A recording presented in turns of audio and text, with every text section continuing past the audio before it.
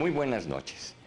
Este domingo tendremos el gusto de platicar sobre cuestiones jurídicas muy importantes para el futuro de la Ciudad de México, de la capital de la República Mexicana. Y para ese efecto, hoy nos ha recibido en la Asamblea Legislativa del Distrito Federal el diputado José Encarnación Alfaro, a quien le damos las más cumplidas gracias. Muchas gracias, diputado, por recibirnos en esta ocasión para platicar sobre los temas que he mencionado. Al contrario, doctor, muchas gracias por esta oportunidad que me brinda para poder comunicarme con su auditorio y poder, por supuesto, convivir otra vez con usted, contigo. Muchas gracias, Pepe. Recientemente se expidió la Constitución, la primera Constitución de la Ciudad de México, de esta entidad que antes y durante toda su historia conocimos como Distrito Federal, y que ahora tiene una Constitución, después de que los demás estados de la República, yo provengo de uno de ellos, desde hace casi 200 años estábamos constituidos como estados, teníamos nuestras propias constituciones y las seguimos teniendo, y ahora la Ciudad de México la tiene, pero esto no basta. Están ustedes trabajando y tendrán que trabajar muy intensamente para expedir toda la red normativa, la red legislativa que implica este nuevo armado político. ¿Qué nos puedes decir de eso, Pepe? Bueno, en principio, doctor, comentarte que la promulgación de la Constitución de la Ciudad de México es un hecho histórico culminante en una primera parte de un proceso de demanda, de exigencia, de lucha de los habitantes de la capital de la República para igualarse en el ámbito jurídico constitucional con todos los mexicanos. Desde 1824, en la Constitución de 1824, que se crea el Distrito Federal, se establece que es la capital de la República, la sede de los poderes de la Unión, y que por esa razón no puede ser un estado. En ese momento, los constituyentes del 24 establecieron que la capital sería la Ciudad de México, que en ese momento era capital del Estado de México, en un radio de 2 leguas a partir de la Plaza Mayor, del Zócalo. Ese fue el territorio que sería sede de los poderes de la Unión y capital del naciente Estado Federal, de la naciente República. Ahí surge el Distrito Federal con esa idea, pero es un territorio desde entonces que venía siendo gobernado por el gobierno federal, con gobiernos territoriales designados. Por eso conocimos desde mucho tiempo el criterio o el concepto de delegado político, ahora jefe delegacional. Esta ciudad fue creciendo no solo en cuanto a cantidad de sus habitantes, sino también en cuanto a la calidad de los mismos, en virtud de los servicios de educación, de los avances en la urbanización, de la importancia que cada vez fue adquiriendo la capital del país, no solo en la República, sino a nivel internacional. Y resultaba ya un contrasentido que una de las ciudades más grandes del mundo y la más grande de nuestro país, los habitantes no tuvieran los mismos derechos que los mexicanos de otros estados de la República, donde sí podían elegir a su gobernador, a sus presidentes municipales. Fue a partir de hace casi 20 años que, después de los sismos de 1985, el gobierno de la República tuvo que atender este crecimiento y esta exigencia de los habitantes de la Ciudad de México.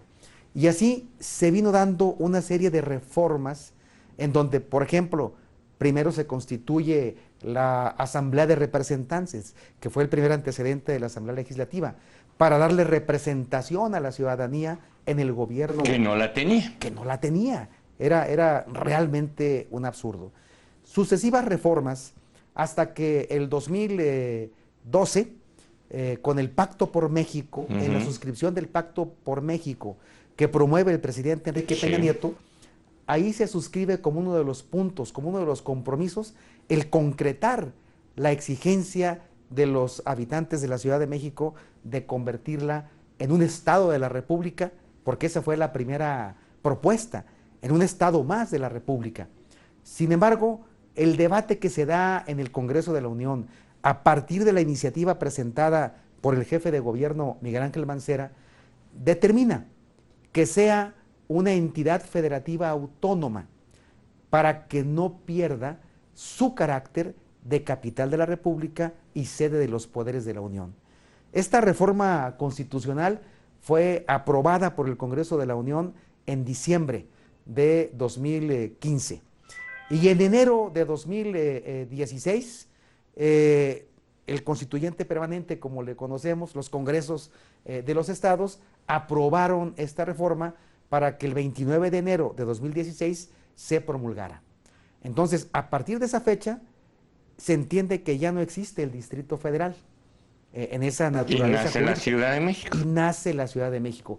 Pero entonces, esta reforma establece que debe tener una constitución, como los otros estados de la República, para organizar su régimen interior de gobierno y para establecer el marco de derechos y obligaciones que tendrán los ciudadanos, los vecinos en la capital de la República. Y así se inicia un proceso primero de elección de la Asamblea Constituyente y después de deliberación y aprobación de la Constitución de la Ciudad de México. La Constitución se promulgó el 5 de febrero de este año, o sea, es de nacimiento reciente la Constitución. Y en el régimen transitorio de la Constitución se establece que la actual Asamblea Legislativa deberá expedir las primeras leyes constitucionales. Una pregunta que a veces me han hecho y que no he sabido explicar correctamente. Los habitantes de la Ciudad de México, que pareciera que antes les faltaba algo que ya teníamos los mexiquenses o que tienen los veracruzanos, que era un régimen constitucional propio. ¿Qué van a ganar con eso? ¿Eran más infelices que nosotros y ahora van a ser tan felices como nosotros? Es decir, ¿qué va a ganar un capitalino con este régimen? Bueno, está claro que los avances en el perfeccionamiento de nuestro régimen de gobierno y sobre todo en lo que tiene que ver con el marco jurídico, no son bienes tangibles que podamos palpar, que podamos tocar, que podamos traducir en hechos muy objetivos. Son bienes intangibles que se traducen en la construcción de instituciones y en la acción de estas instituciones que sí producen efectos tangibles. ¿Hacia qué vamos? Hacia la construcción de un mejor gobierno, de un gobierno más eficaz, más eficiente, más transparente, más responsable, con mayor capacidad de respuesta hacia los ciudadanos. ¿Para qué? Para que vean mejorado su entorno, el marco general de sus derechos, la aplicación efectiva de los derechos que les establece la Constitución y para que la ciudad se convierta en un espacio de todos. Es una Constitución la que se acaba de promulgar, que es un documento norma, pero también es proyecto. Se le ha señalado que es muy aspiracional, pero nuestra tradición constitucionalista así nos define. Nuestra norma también es proyecto. Entonces, ¿qué van a ganar? ¿Qué van a recibir? Seguramente en el corto plazo, la posibilidad de participar de manera directa en las decisiones para el diseño de políticas públicas y el ejercicio de los recursos públicos, con la integración, por ejemplo, de esa nueva forma de gobierno de proximidad que serán las alcaldías. Actualmente se les conoce como jefes delegacionales y son gobiernos unipersonales que no le rinden cuentas a la ciudadanía. Ahora las alcaldías es una figura en donde la participación ciudadana será fundamental, central, será la columna vertebral de una nueva forma de gobierno. Estas alcaldías se integrarán por un alcalde o alcaldesa y concejales. Los concejales, que son los actuales delegados. que son los actuales jefes delegacionales, Jefes delegacionales. ¿sí? Ahora serán alcaldes o alcaldesas, con una mayor autonomía, en donde la idea central es que desaparezca la idea del gobierno centralista, para poder otorgarle a estos gobiernos de proximidad mayor autonomía en la definición de su proyecto de desarrollo, en la definición de su ejercicio presupuestal y, por supuesto, en la vinculación más directa, por esa capacidad de respuesta, con la ciudadanía. Como el caso de los presidentes municipales en los estados. Exacto. Sin embargo, aquí es una cosa muy interesante. A ver. Los municipios se regulan por lo que establece el artículo 115 constitucional, Sí, que les señala atribuciones y marcos muy específicos de facultades para los municipios. El municipio es la base territorial de nuestra organización de gobierno y es gobernada por un ayuntamiento. El ayuntamiento se integra por un presidente o una presidente municipal y los regidores.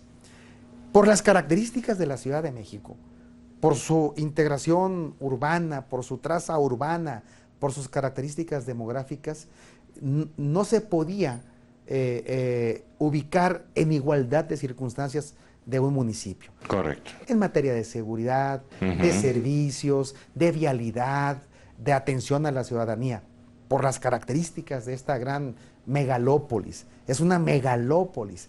Estamos conurbados con 18 municipios de otros estados de la República. Entonces, se crea la figura de alcaldía. Se crea la figura en donde el alcalde se asimila, es similar a la figura del presidente municipal, pero no es exactamente igual. También los consejos, con sus concejales, es similar a lo que es un cabildo con los regidores y el síndico, pero no es exactamente igual. Por el marco de atribuciones y por la forma incluso que establece la Constitución en que se deberán elegir estos concejales.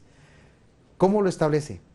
Cada concejal deberá representar una circunscripción territorial dentro de la demarcación de esta alcaldía. Es decir, los ciudadanos en la capital del país podrán elegir territorialmente a sus concejales. En los estados de la República se eligen por fórmula, votada en todo el municipio. Esa, en primera Todo instancia, el cabildo, ¿verdad? Todo el año. todo el cabildo. Y aquí en la Ciudad de México... Como planiche. Exacto. ¿Qué ha pasado en la Ciudad de México? Que los partidos políticos se centran en aquellas colonias que les dan mayor rendimiento electoral y dejan de hacer compromisos o vínculos ciudadanos con aquellas colonias o unidades territoriales donde no hay tal concentración demográfica. Correcto. Esto va a obligar a que la vida en las decisiones político-electorales de las demarcaciones también se atiendan esas comunidades y que sean las organizaciones vecinales y ciudadanas las que determinen estas candidaturas y no los intereses o arreglos internos de cada partido político. Ese es un gran avance. Ahora lo vemos en el documento, pero la Constitución no es la panacea en sí, no es un documento mágico que nos va a resolver por el simple hecho de su promulgación los problemas. Es un documento que funda, que constituye, que da origen a una nueva etapa que nos toca a nosotros, con base en sus disposiciones. Regresamos para continuar esta interesante plática sobre las nuevas normas de la Ciudad de México. Una pregunta que le quiero hacer no solo al legislador, sino al político, que tú eres un hombre que ha dedicado su vida a la política y que eres un político muy bien formado. Gracias. Muchas veces cuesta trabajo, a mí me ha costado mucho trabajo, sobre todo ante extranjeros, explicar la naturaleza y la vida jurídica de la Ciudad de México. Cuando les digo que en esta ciudad hay una serie de normas que dicen que no todos los autos pueden circular, que no te pongan sal en la mesa, que pareciera que es la ciudad del no, no, no. Y muchos extranjeros dicen, caray, algunos, qué ciudad tan ordenada, no hay una igual. Y otros dicen, qué ciudad tan represiva, no hay otra igual. No les digo, y hablo con la mayor sinceridad, no les digo que aquí puedo bloquear calles, no les digo que aquí puedo comerciar en las banquetas, no me atrevo a decírselo a los extranjeros. Pero lo ven. Entonces, ¿qué es esto? Es decir, es realmente una ciudad ordenada, desordenada, difícil, inefable, difícil de describir y difícil de definir. ¿Qué? Pues es la capital de la República y ha sido desde su fundación el centro neurálgico de la nación. Desde que en 1325 los aztecas, sobre un mito fundacional que tiene que ver con nuestra identidad como nación, con el símbolo del águila y la serpiente sobre el nopal, desde ese momento la capital de la República, la capital del país, la capital de la nación, se ha constituido en el centro de lo que hemos querido ser como país. Su desarrollo, su crecimiento ha sido complejo. Desde el primer trazo que se establece en 1824, la consideración a las municipalidades, la desaparición de los municipios, la creación de autoridades delegadas sin compromiso con los vecinos, hasta este momento en que ya somos una entidad federativa autónoma, ha generado un crecimiento, hay que reconocerlo, desordenado. Un crecimiento que se ha ido dando a contragolpe. Frente a la necesidad, se establecen soluciones que parcialmente responden, pero sin una visión de conjunto, sin una visión de futuro. Lo que se establece en este proyecto que señala la Constitución es para que construyamos todo aquello que no ha sido posible. Mayor orden, una ciudad en donde se respete a la naturaleza, una ciudad donde el vecino, el habitante, el que va de paso, se convierta en el centro de la atención del Estado, del gobierno, y no al revés. Una ciudad que respete la pluralidad de sus habitantes, una ciudad de derechos progresivos, una ciudad donde no haya más límite que el respeto a las leyes y el respeto al derecho de los otros. Podemos hacerlo. La complejidad de nuestra condición geográfica, demográfica, pues implica retos que entre todos tenemos que resolver. Como en toda sociedad, hay prohibiciones, pero también claro, hay derechos. Claro. Ahora, por ejemplo, el derecho al mínimo vital que establece la Constitución. ¿En qué consiste? Es todo un reto, que en la Ciudad de México nadie puede carecer de los mínimos indispensables para vivir con dignidad. Ese es un reto social y político, es una aspiración para que sea una ciudad que cobije y dé oportunidades a todos. Alguien dice, ¿se nos va a ir el presupuesto en esa intención? No necesariamente. ¿En qué se diferencia esto del salario mínimo? Que el salario mínimo va vinculado a la prestación de una relación laboral, y este es la tutela que deberá tener el gobierno de la ciudad hacia todos sus habitantes, tengan empleo o no tengan empleo. Es terminar con las gentes en condición de calle, terminar con la indigencia, terminar con esos contrastes sociales que tanto lastiman en las calles en la Ciudad de México. Es un reto, pero ya es una disposición constitucional. Por eso señalaba que la Constitución es norma y es proyecto. Pero así fue la del 17. Así fue la del 17. Carranza pretendió reformar la de 1857 y los revolucionarios le incorporan los derechos sociales. Claro. Los juristas de aquella época decían que no era posible que la norma fuera también programa y reglamento en muchos casos. Y fueron progresivas. Así es. Algunas se expidieron en 17. Exacto. Y se fueron cumplimentando a veces 50 años después. Y ahora, por ejemplo, cuestiones de mucha avanzada. En la Constitución de la Ciudad de México ya se establece con mucha precisión los aspectos de la democracia directa, no solo la democracia representativa, algo que le debemos al país en general. Se establece la posibilidad del gobierno de coalición, que es una situación que responde a las características actuales de nuestro sistema político electoral.